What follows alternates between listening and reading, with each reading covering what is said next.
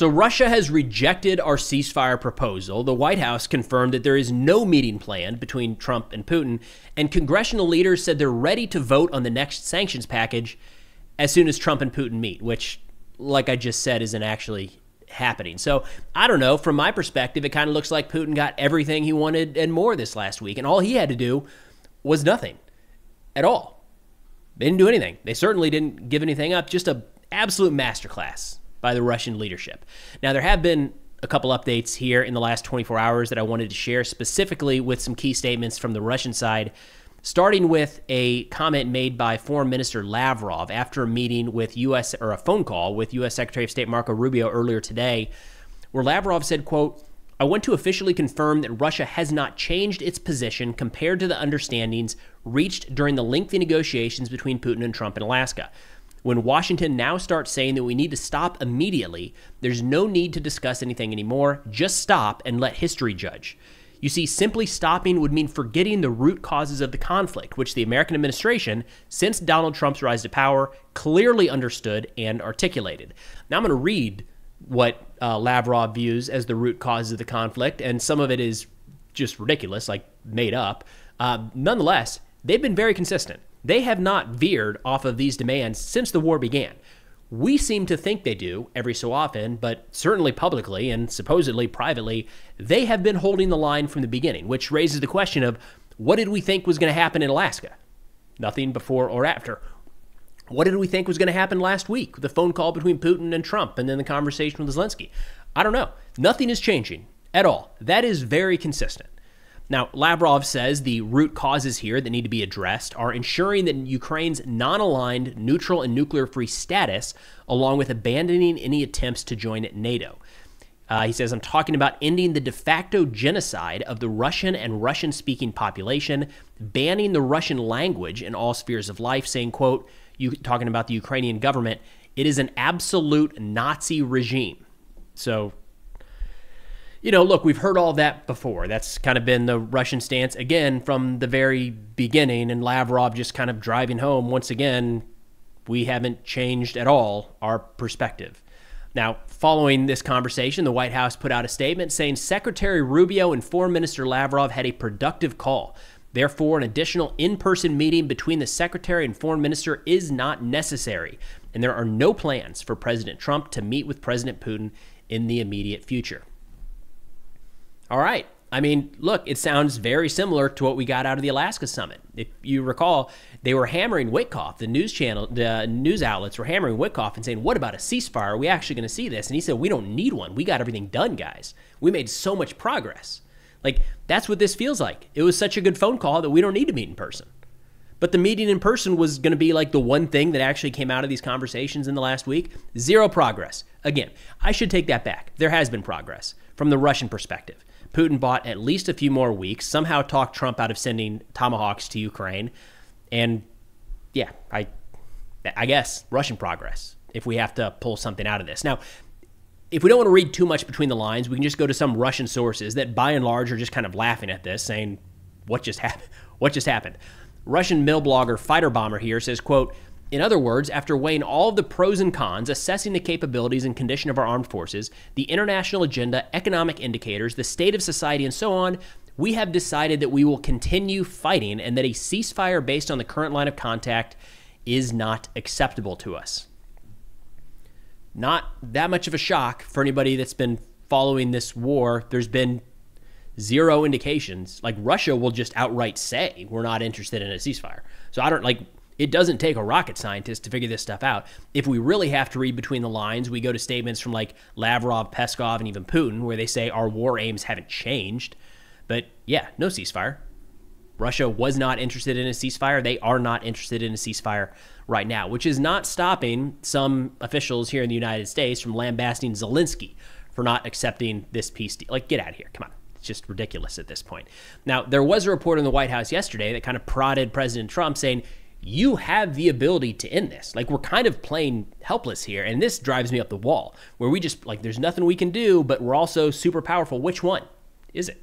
And the reporter pushes back here and says, like, Mr. President, you could end this tomorrow, talking about weapons shipments.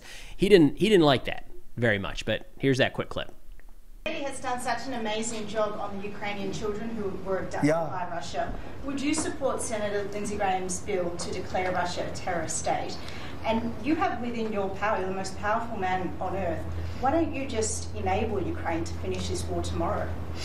Well, if you knew anything about what you were talking about, you'd be able. You do. I don't think you do, really. I don't think you do, because it's a little more complicated than that. But it sounds easy. We're in the process of trying to make a deal.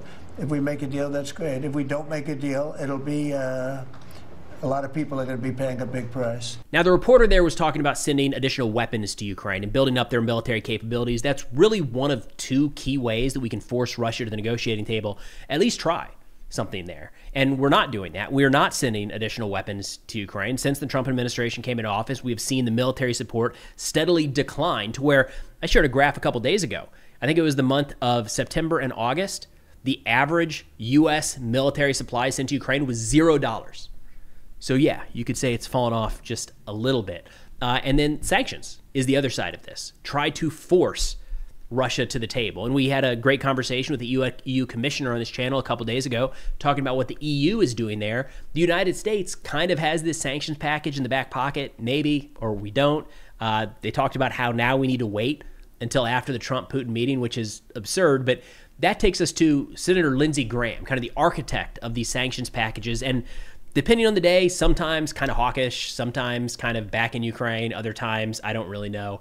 But he made a statement earlier today, and mind you, this is after Russia has declined the current ceasefire proposal, where he said, quote, President Trump's proposal for a ceasefire at the line of contact between Russia and Ukraine is eminently reasonable, and it is the best idea yet to stop the killing. To stress real quick, the idea is to stop fighting. That was the plan. President Trump hit this like 3 or 4 times in the last couple days where he said, just stop. That's the master plan. It's rejected, by the way.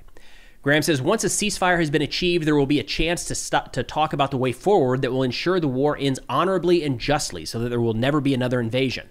I'm pleased to see that European nations, including Ukraine, are following President Trump's lead in support of this proposal, and I'm hopeful that Russia will do the same. If Russia refuses and insists on continuing the bloodbath, they need to pay a heavy price. The world is watching. Again, well done, Mr. President. So some strong words after Russia had already said our position hasn't changed. What are you guys talking about? Technically, this was about the time that Lavrov and Rubio were talking, but we knew yesterday that Russia had turned down the ceasefire. So I don't know, maybe Senator Graham scheduled this tweet and it just, he didn't check current events before he posted it. But then just a few hours later, so after the call between Lavrov and Rubio, he said, quote, I appreciate President Trump and his team earnestly trying to end the bloodbath in Ukraine. It will take agreement from both sides to end the war. Ukraine has agreed to President Trump's proposal for a ceasefire. Meanwhile, Russia apparently insists on the bloodbath continuing. It is now time for Putin to feel an increased cost for his unending desire to continue the conflict. All right, we got it, right? We're there. Finally.